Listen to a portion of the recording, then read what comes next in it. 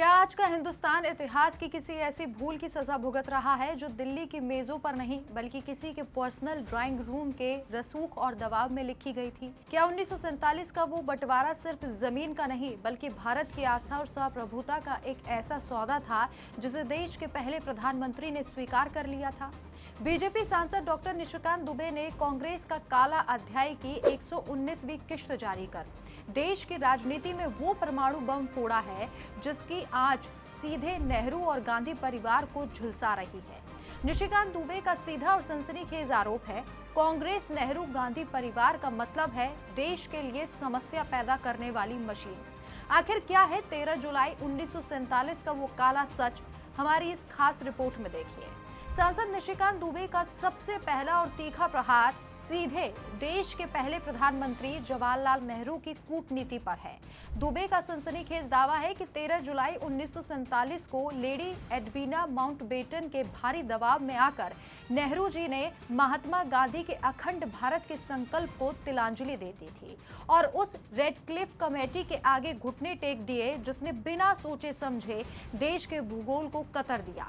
इस रिपोर्ट का सबसे चौंकाने वाला खुलासा बंगाल को लेकर है। अगर आज कोलकाता भारत का गौरव है तो इसके पीछे नेहरू नहीं बल्कि दो महानायक थे। आरोप है कि नेहरू जिन्ना और सुहरावर्दी के बीच एक अंडर टेबल डील पक रही थी जिसके तहत कोलकाता को 6 महीने के लिए पाकिस्तान की दूसरी राजधानी बनाया जाना था। लेकिन राष्ट्रवाद के दो चट्टान लौह पुरुष सरदार वल्लभ भाई पटेल और डॉक्टर श्यामा प्रसाद मुखर्जी ने इस आत्मघाती समझौते के खिलाफ ऐसी हुंकार भरी कि जिन्ना के मंसूबे धूल में मिल गए। निशिकांत दुबे ने अपनी पोस्ट में सीमाओं के उस खैरात की पूरी लिस्ट खोल कर रख दी जो पाकिस्तान को मुफ्त में बांट दी गई।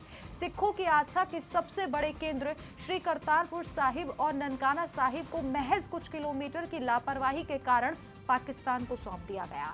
हिंदू बहुसंख्यक आबादी वाले सिलहट और चिटगांव के पहाड़ी इलाकों को पूर्वी पाकिस्तान की झोली में डाल दिया गया। और तो और जो बलूचिस्तान और पख्तून भारत के साथ आने को तड़प रहे थे, नेहरू की कमजोर कूटनीति ने उन्हें जबरन पाकिस्तान के खूनी जबड़े में धकेल दिया। ये गलतियां सिर्फ इतिहास का पन्ना नहीं है बल्कि आज का वो नासूर है जिससे देश हर दिन लहूलुहान होता है। रण ऑफ कच्छ का हिस्सा गंवाना हो या फिर कश्मीर का आधा अधूरा समाधान, जिसके कारण पीओके आज भी हमारे सीने पर घाव है। इन सब की जड़ में नेहरूवादी नीतियां थी। मालदा, मुर्शिदाबाद, दार्जिलिंग, गुरदासपुर और फाजिल्का का लचर बंटवारा ही वो वजह है जिससे देश आज भी अवैध घुसपैठ, नशाखोरी, गौतस्करी और सीमा पार आतंकवाद के चक्रव्यूह से उबर नहीं पाया है। निशिकांत दुबे के तीखे सवाल आज की कांग्रेस को कटघरे में खड़ा करते हैं। सवाल यह है कि क्या इतिहास की इन रणनीतिक चूकों को सिर्फ परिस्थितियों का तकाजा कहकर भुलाया जा सकता है या फिर आज का हिंदुस्तान वाकई नेहरू काल की उन गलतियों का खामियाजा भुगत रहा है जिसने देश की सुरक्षा को हमेशा के लिए खतरे में डाल दिया। दुबे के इस प्रहार के बाद कांग्रेस बैकफुट पर है, लेकिन देश की जनता आज इन बंद पन्नों का हिसाब मांग रही है। इस खबर पर आपकी क्या राय है? कमेंट करके जरूर बताएं। हमारे चैनल को जरूर सब्सक्राइब कीजिए। नमस्कार।